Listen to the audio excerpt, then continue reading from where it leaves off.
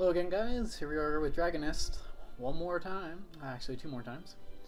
I'm gonna go ahead this time and... Okay, I'm not gonna go advanced with the cleric. I'm gonna go ahead and grab the Sorceress. I have a little bit of experience with her, so... Let's run through the hairstyles, see what we got here. Probably nothing too spectacular, as I'm used to. Pretty standard stuff. Oh, yeah. Well, we gotta give her the anime pink. Faces are really, honestly, they almost all look identical. Eye color, sure, just some random stuff. Nothing unique here. Chest color, honestly, this customization is limited and just terrible. There's not much to do. There's like 3 or 4 different colors. Very disappointing. I'm guessing gear later on will cover it up, so it probably doesn't even matter. That's a pretty sweet looking robe.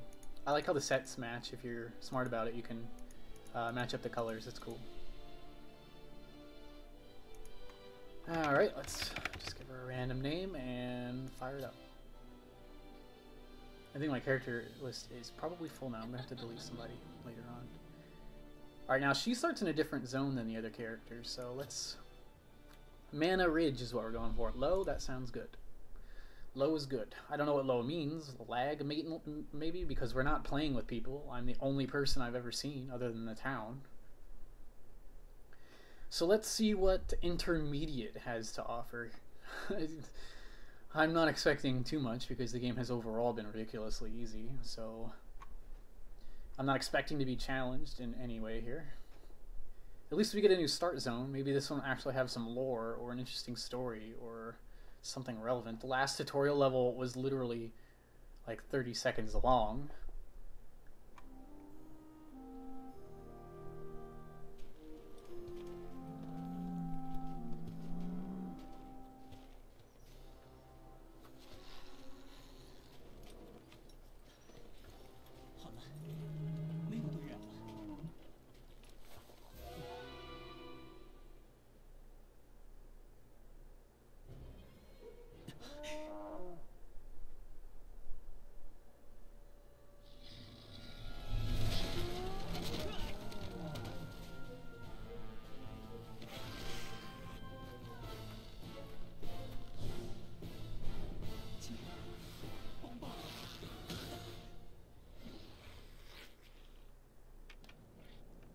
Okay, so we have the same premise here as the other one. Some random guy gets attacked by mobs. Let's bring up my spellbook and see what we've got. Flame Vermin. Initiate fire attacks to the front opponent. The attack direction can be changed and the skill can be used on the opponent lying on the ground. Okay, sounds like a fireball. Come on, Cycling Rod. Dash forward and we're okay. I don't really know if I want to dash in to attack anything. Really don't know if I want to do that. Let's have a look at the spells. Okay, some kind of fireball. That looks stupid.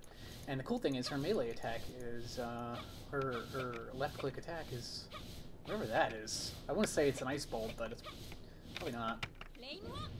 That's some kind of weird looking fireball. Alright, I don't know if I'm going to be able to get that to work too well. She's holding a book in her left hand. I find that unsettling. And what do we got? Yep, kind of OP. A little bit of a cooldown on there. We've got ranged projectiles that I have to aim. What's the range on that?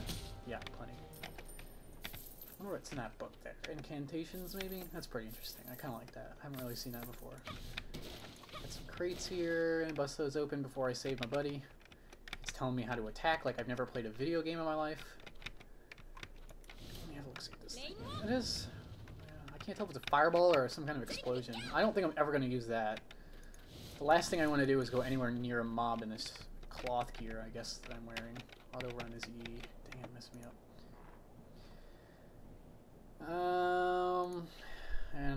Let me guess, that's the end of the tutorial.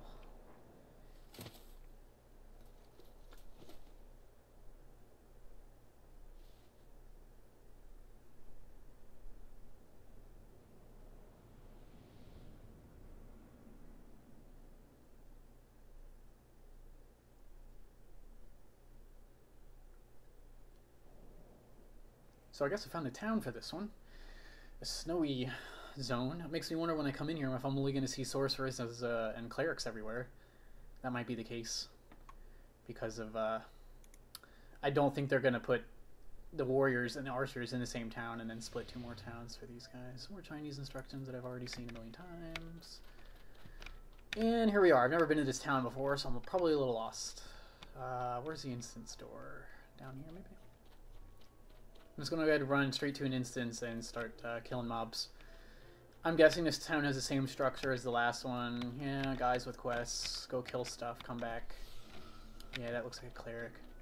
What I find most interesting here is that that book is impaled by her staff. I find that to be a little interesting. Yeah, same things with her. I guess, where else would they put it? On her, like, on her shoulder? They could have, like, hooked it to, like, her upper back or something. It's... Not that it matters, I just kind of caught me off guard the first time I saw it there in that cutscene. Made me chuckle a little bit. I'm gonna be honest, these load screens are very upsetting to me. They're not long, but they're frequent, and it's... I don't really want to talk to that. Okay, so yeah, we got some zones, and same thing as the other one. That guy probably does nothing useful. Huh. Booksmack. I guess an instance. Let's go ahead and throw this on normal. Not gonna matters. Maybe the difficult. Well, their difficulties are definitely implemented because on hard it's noticeably harder. On that list there, you could tell there was more difficulties. Maybe I have to like be a higher level or be a VIP to unlock them. I don't know how much the game costs. I'm not familiar with Chinese currency and how it relates to USD, so I can't. Good grief. Is that AoE? If that staff thing is AoE, then it's like she's definitely stronger than the archer, because the archer's...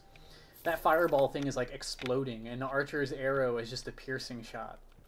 So if hers, like, her fireball goes in, explodes, and her twirling staff ability also AoEs... The fireball kind of spreads them out, though. I've got quick regen on that ability. I'll fire up another one here. Oh, these guys take a lot more damage. Cool. I like her. Yeah, that's cool. I like that. AoE stuff is a nice change of pace from single-target games. Although that jump forward kind of makes the ability a little harder to use. Huh.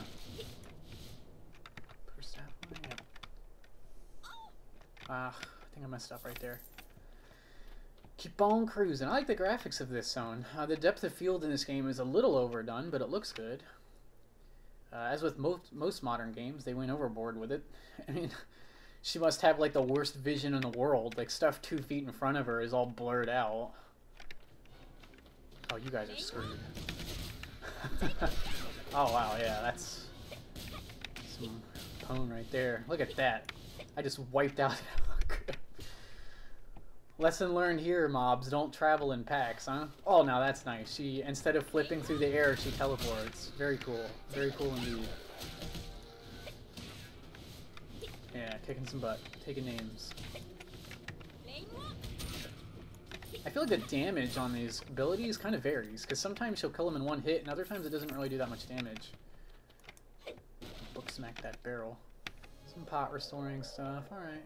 Restore some mana. I really do like that teleport. That's pretty cool. Animation's kind of... It's smooth but clunky. Kind of creative though. Very elegant. I like it.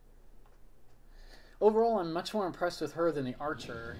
I'm not sure why. Very similar characters, honestly. And this boss is almost identical to the one from the other zone. I guess they're trying to keep things fair. I don't really know. She's doing significantly less damage than the archer, probably because the archer's abilities had to be aimed. The two-shot and the piercing shot abilities had to be physically aimed. This fireball and the staff ability just kind of explode everywhere, so it makes sense they would do, in terms of single target damage, they would do a little bit less.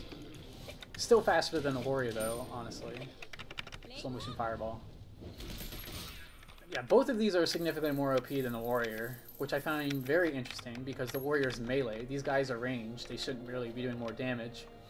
Although the warrior's sweeping sword ability is probably part of that reason, I would guess. But even so, both the archer and the sorceress's abilities are doing way more damage. Noticeably more damage. Personally, I'm probably still going to stick with the warrior because I find the combat much more entertaining, the melee style. As usual, the game gives me a crappy item that I can't use. The robe? Nope, don't give me that. Give me the crappy weapon. Alright, before I go this time, I'm going to take a look at the spellbook. just to get an idea of what we're dealing with here. Quick glance, increase HP. 17 I don't really know what that does. Bad English translation. Increase magic recovery, sure. Increase mana. The jump key in the right place and being... Oh, I can right click and see these. Ah, she is geared in that little video there. I'm gonna go ahead and click through. You'll notice a lot of these abilities are AoE, and that's the thing that I like most about this game, is that it's mob-based, army-based combat. A lot going on at once. It's much more interactive. It's not single target and just spam one button over again. The combat in this game actually has a focus, and with most MMOs you don't see that. And I've mentioned a game called Prison Tale in my other videos, and if you haven't heard of Prison Tale, I suggest you go check it out. There's a bunch of private servers for it that are very, very good, better than the retail. The English retail version is honestly pretty terrible, but the private servers are far advanced, and it's a game very similar to this, and in some ways better. And I'd suggest if you kind of like what you're seeing in Dragon's Nest, you should really go check out Prison Tale, because they're very similar, and it's an excellent game, although it's almost 10 years old at this point. So there we go, that's Sorceress. Next up is the Cleric. Hopefully I'm actually going to get a challenge out of this game, but honestly, I'm half expecting the Cleric to be more OP than all these characters, just because the game is very surprising in that kind of way. So there we go. I'll see you guys in a little while.